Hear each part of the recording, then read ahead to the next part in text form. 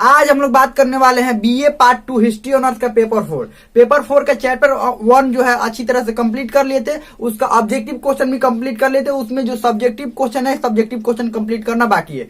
आपको पता है कि चैप्टर 1 का जो सब्जेक्टिव क्वेश्चन है सबसे महत्वपूर्ण है। ऑब्जेक्टिव और सब्जेक्टिव क्वेश्चन सबसे महत्वपूर्ण है, तो इसको आप अंत तक देखते रहिए और ध्यान से समझिएगा इस क्वेश्चन को, क्योंकि ये सबसे ज्यादा महत्वपूर्ण है। और ये भी बताएंगे कि थोड़ा सा हमें आंसर याद करके इसको बड़ा कैसे लिखेंगे। थोड़ा सा अगर आपको आंसर याद है तो उसको बड़ा कैसे लिखेंगे, ये सब पूरे डिटेल में हम बात करेंगे। अब बस आप बस अंत तक इसको देखते रहिए। अब समझिए ये क्वेश्चन क्या है, और क्वेश्चन समझने से पहले ये समझिएगा, अगर चैप्टर 1 आप नहीं देखा है तो उसका लिंक डिस्क्रिप्शन में होगा, प्लेलिस्ट के वहां से देख सकते हैं या प्लेलिस्ट में जाकर देख सकते हैं। चलिए हम लोग शुरू करते हैं। क्वेश्चन ये है कि प्रथम अफीम युद्ध के कारणों एवं परिणामों की चर्चा करें। या ये क्वेश्चन ऐसे भी आ सकता है कि प्रथम अफीम युद्ध के कारणों एवं परिणामों की विवेचना करें, या सिर्फ कारण भी पूछा जा सकता है कि प्रथम अफीम युद्ध का कारण क्या था, प्रथम अफीम युद्ध का परिणाम क्या था। ये अलग अलग भी पूछा जा सकता है। तो देखिए इस क्वेश्चन का आंसर देखिए कैसे लिखा जाएगा। सबसे पहले इंट्रोडक्शन, बॉडी पार्ट, उसके बाद अंतिम में कंक्लूजन, और इसको बड़ा में लिखना है। देखिए आंसर इतना में याद है, लेकिन इसको बड़ा में कैसे लिखेंगे अब ये हम बताएंगे। सबसे पहले क्या लिखेंगे, प्रथम अफीम युद्ध। ये बहुत अच्छा सा हम चैप्टर भी पढ़ा है। प्रथम अफीम युद्ध मुख्य रूप से अफीम के अवैध व्यापार के लिए हुआ था। ये क्यों हुआ था? मुख्य रूप से ये अफीम के अवैध व्यापार के लिए हुआ था। और इसमें और भी आप लिख सकते हैं कि यह व्यापार चीन में अंग्रेजों द्वारा किया जा रहा था, यानी कि चीन में अंग्रेजों द्वारा अवैध रूप से अफीम बेचा जा रहा था। इसमें लिख सकते हैं चीन में अंग्रेजों द्वारा अवैध रूप से अफीम बेचा जा रहा था, अगर इसको बड़ा करना है तो। नहीं तो इतना पर भी ठीक है।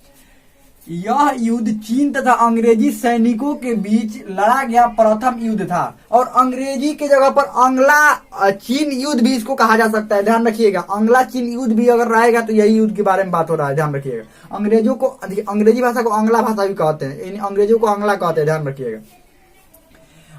लड़ा गया प्रथम युद्ध था।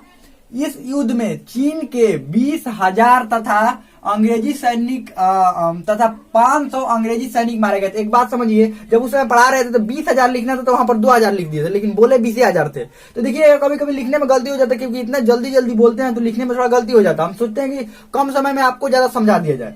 तो यहाँ पर देखिए 20,000 लिखा गया है, तो ये चीन के 20,000 तथा 500 अंग्रेजी सैनिक मारे गए थे। बस इतना इंट्रोडक्शन हो गया। इससे आप ज्यादा भी लिख सकते हो, और आपको पता है तो और भी लिख सकते हैं, इसमें क्या है। और उसके बाद अब देखिए मुख्य रूप से कारण और परिणाम बताना है। ये क्वेश्चन क्या कह रहा है, कारण एवं परिणाम बताने के लिए। तो कारण और परिणाम बताना है, तो अब यहाँ पर कारण लिखना शुरू करेंगे। देखिए लिखेंगे प्रथम अफीम युद्ध के कारण, बड़ा सा लिखेंगे। ऐसे बड़ा का मतलब कॉपी में बड़ा नहीं लिख देंगे, बड़ा का मतलब अच्छा से लिखेंगे इसको, और इसको अंडरलाइन करेंगे, यहाँ पर डैश करेंगे, अंडरलाइन डैश करेंगे। और देखिए ताकि एग्जामिनर को सीधे सीधे दिख जाए, क्या हो, एग्जामिनर को सीधा सीधा दिख जाए।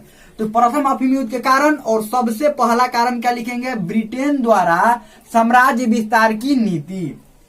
प्रथम अफीम युद्ध के कारण का मतलब प्रथम अफीम युद्ध क्यों हुआ था, लिखकर यहाँ पर प्रथम अफीम युद्ध के कारण, उसके बाद पहला नंबर ब्रिटेन द्वारा साम्राज्य विस्तार नीति, और अंडरलाइन डैश करेंगे। अब इसमें देखिए इसके बाद डायरेक्ट आपको ये नहीं लिख देना है, इसमें अब आपको लिखना शुरू करना है। क्या करना है, इसमें अब लिखना शुरू करना है। ये नहीं कि बस इतना में इसका आंसर समाप्त हो जाएगा, और ऐसे लिखेंगे तो नहीं।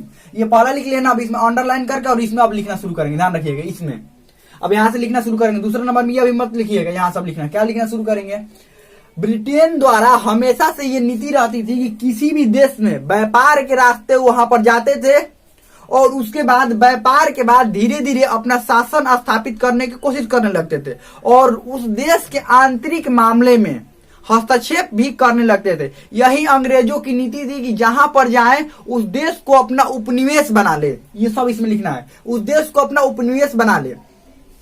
इसका सीधा सीधा उदाहरण चीन द्वारा इंडोनेशिया, भारत पर देखा गया था कि कैसे इंडोनेशिया और भारत को अंग्रेजों द्वारा शासन, इंडोनेशिया और भारत पर कैसे अंग्रेजों द्वारा शासन स्थापित किया गया, जिसके कारण इसमें लिखेंगे, जिसके जो बोल रहे हो सब लिखना है। जिसके कारण अंग्रेजों को चीन में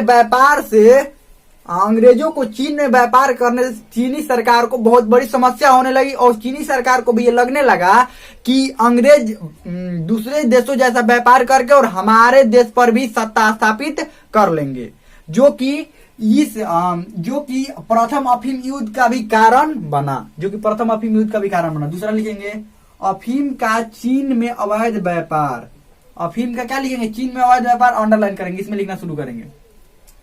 अंग्रेजों द्वारा चीन में अफीम का अवैध रूप से व्यापार किया जाने लगा। सरकार के बहुत प्रयासों के बाद भी, रोकने के बाद भी अंग्रेजी सैनिकों द्वारा अफीम लाकर चीन में बेचा जाने लगा और चीन से बहुत सारे वस्तुएं, रेशम, चीनी मिट्टी के बर्तन, चाय, बहुत ही कीमती वस्तुएं यहां से लेकर जाया जाने लगा और यहाँ के चीन के लोगों को अफीम की आदत लग गई, जिसके कारण सरकार भी परेशान हो गई और इस अफीम के आदत छुड़वाने के लिए सरकार ने बहुत सारा प्रयास किया, लेकिन सरकार का प्रयास असफल रहा और अंग्रेजों को और बहुत सारे नियम बनाने के बाद भी अंग्रेज नहीं मान रहे थे। अंग्रेज व्यापार चीन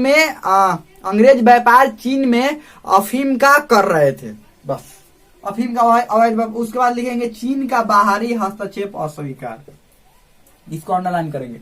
चीन शुरू से ही अकेले रहना चाहता था, खुद आत्मनिर्भर था, इसमें लिखेंगे। बाहरी हस्तक्षेप चीन को बिल्कुल पसंद नहीं थी, जिसके कारण बहुत ही कम व्यापारियों को चीनी सरकार द्वारा चीन में आने की इजाजत दी जाती थी। लेकिन अंग्रेज एक तो चीन में व्यापार करते थे और उसके बाद चीन के आंतरिक मामलों में भी हस्तक्षेप करने लगे और उसके बाद चीन के लोगों को नुकसान भी पहुंचा रहे थे, बस। उसके बाद लिखेंगे चीन का आर्थिक नुकसान, उसको अंडरलाइन करेंगे। चीन में अफीम के व्यापार से चीन को आर्थिक नुकसान होता था, क्योंकि पहले चीन से रेशम, चीनी मिट्टी के बर्तन और चाय के बदले चीन को काफी अधिक चांदी और सोने की मुद्राएं मिलती थी। लेकिन जब से अफीम का व्यापार शुरू हुआ था, अंग्रेज अफीम के बदले चाय, चीनी मिट्टी के बर्तन और रेशम यहां से लेकर जाते थे, जिसके कारण काफी अधिक मात्रा में चीनी सरकार को आर्थिक नुकसान हुआ, बस। उसके बाद ब्रिटेन का व्यापारिक नुकसान। 1839 में चीनी सरकार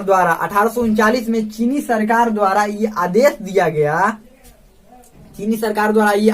गया कि जहां पर भी अंग्रेज व्यापारियों के साथ अफीम अगर दिखे तो अफीम को वहीं पर नष्ट कर देना है। जिसके बाद चीनी अधिकारी कैंटन बंदरगाह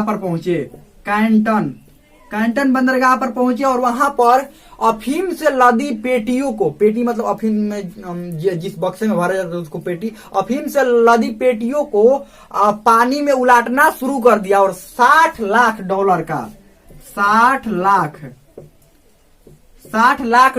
का अफीम पानी में अफीम पानी में बहा दिया, जिसके बाद अंग्रेजों को भारी नुकसान हुआ और ये भी प्रथम अफीम युद्ध का मुख्य कारण बना, बस। और उसके बाद उसके बाद अंग्रेजों द्वारा प्रथम अफीम युद्ध, या ऐसे भी लिख सकते हैं, उसके बाद अंग्रेजी व्यापारी या सैनिकों द्वारा चीन के एक नागरिक को मार दिया गया, जिसके बाद ये युद्ध शुरू हो गया, प्रथम अफीम युद्ध शुरू हो गया। और इसमें बुरी तरह से चीनी सेना पराजित हुई और अंग्रेज इस युद्ध को जीत लिए, बस। इतना लिखने के बाद लिखेंगे प्रथम अफीम युद्ध का परिणाम। यहाँ पर क्या लिखेंगे? प्रथम अफीम युद्ध का परिणाम। उसके बाद सबसे पहले लिखेंगे 1 नंबर नानकीन की संधि। प्रथम अफीम युद्ध के बाद 1842 में, अगस्त 1842 में नानकीन की संधि हुई। यह संधि अंग्रेजों और चीनी सरकार के बीच हुई, जिसमें प्रमुख प्रावधान थे, जिसमें क्या लिखेंगे? प्रमुख प्रावधान थे। इसमें ABC करके लिख सकते, ABC और D। ये नंबर में क्या प्रावधान था? सबसे पहला प्रावधान क्या था कि नानकिन की संधि में सबसे पहला प्रावधान क्या था? पहला दूसरा कोई भी कहीं पर भी लिख सकता, हम तो बहुत बार बताए। हांगकांग किसके पास जाएगा?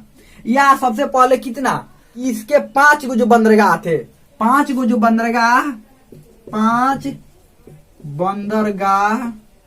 बंदरगाह अब 5 बंदरगाह अब ब्रिटिश सैनिकों के हाथ में चले जाएंगे। 5 बंदरगाह किसके हाथ में चले जाएंगे? ब्रिटिश सैनिकों के हाथ में चले जाएंगे। ये पढ़ा रहे थे तो 5 बंदरगाह के नाम बताए थे, चाहे तो आप लिख सकते हैं। उसके बाद जो तट कर होगा, यहां पर क्या लिखेंगे? जो चीनी सरकार द्वारा लगाया गया व्यापार पर तट कर था, तट कर एक समान रूप से रहेगा और चीनी सरकार खुद से ये कर नहीं बढ़ा सकती, ये अंग्रेजों के सहमति से ये कर बढ़ाया जा सकता है। उसके बाद क्या लिखेंगे? यहां पर लिखेंगे हांगकांग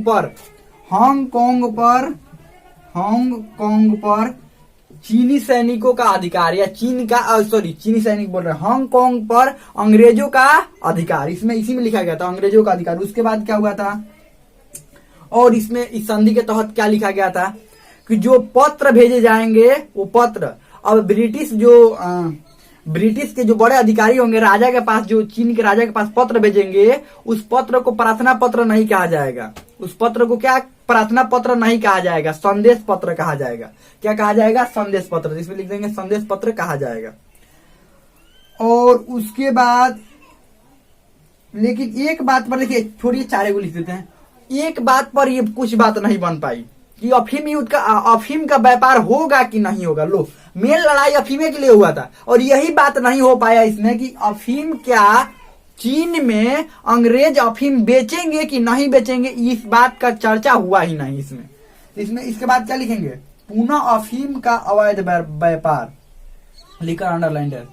ये युद्ध अफीम, यहाँ पर लिखेंगे प्रथम अफीम युद्ध अफीम के लिए ही हुआ था, अफीम के कारण ही हुआ था। लेकिन ये अफीम युद्ध खत्म होने के बाद जो नानकिन की संधि, उसमें सब लिखेंगे नानकिन की संधि हुई, उसमें यह वर्णन नहीं किया गया कि अंग्रेज दोबारा चीन में अफीम बेचेंगे कि नहीं बेचेंगे, जिसके कारण अफीम फिर से अंग्रेजी सेना अवैध रूप से अफीम बेचने लगी, चीन में फिर से अवैध रूप से अफीम बेचने लगी। बस उसके बाद अंग्रेजों का मनोबल में वृद्धि, अंडरलाइन करेंगे, लिखेंगे इस प्रथम अफीम युद्ध के जीत के बाद अंग्रेजों के मनोबल में वृद्धि हो गया और अब अंग्रेज चीन में मनमाना ढंग से लोगों के साथ व्यवहार करने लगे और वहां के लोगों को उठा कर क्या वहां लिख देंगे, वहां के लोगों को जबरन किसी अन्य देश में लेकर जाने लगे और वहां पर काम करवाते, दूसरे देश में ले जाकर और उनको दास बनाकर काम करवाया जाने लगा। बस उसके बाद लिखेंगे चीन में आंतरिक विद्रोह, जिसके कारण यहाँ पर लिखेंगे प्रथम अफीम युद्ध हारने के बाद राजा की कमजोरियों को चीन के जनता को पता चल गई,